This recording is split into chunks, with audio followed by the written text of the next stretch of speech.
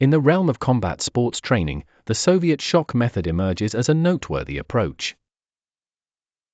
Developed during the Soviet era, this method of training aimed to produce elite athletes capable of excelling in various sports, including combat sports like boxing, martial arts, and wrestling. To evaluate the effectiveness of this method in the context of combat sports, it's important to delve into its principles and assess how they apply to modern training regimes. The Soviet shock method is fundamentally based on the philosophy of providing athletes with intense and varying stimuli to condition them physically and mentally for high-performance competition. The method encourages the use of high-intensity intervals, heavy resistance training, and tactical sparring, designed to push athletes to their limits and beyond. Such rigorous training sessions aim to mimic the pressure and unpredictability of real combat situations. One of the core components of the Soviet shock method is the focus on periodization, a structured planning of training cycles that includes phases of intense training followed by active recovery.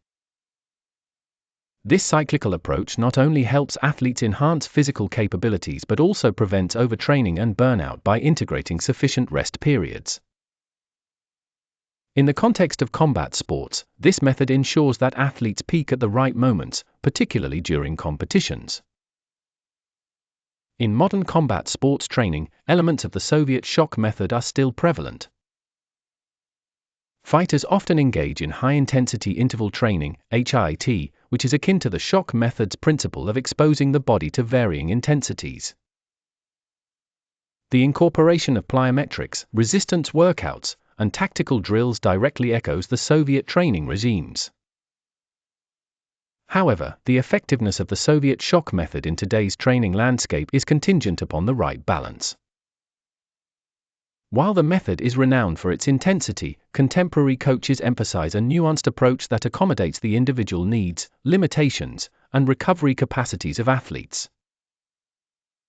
Modern sports science advocates for tailoring this rigorous system to suit personal limits to avoid injuries and ensure long-term athletic development. Moreover, the impact of psychological stress induced by the intensive nature of the Soviet shock method is a consideration.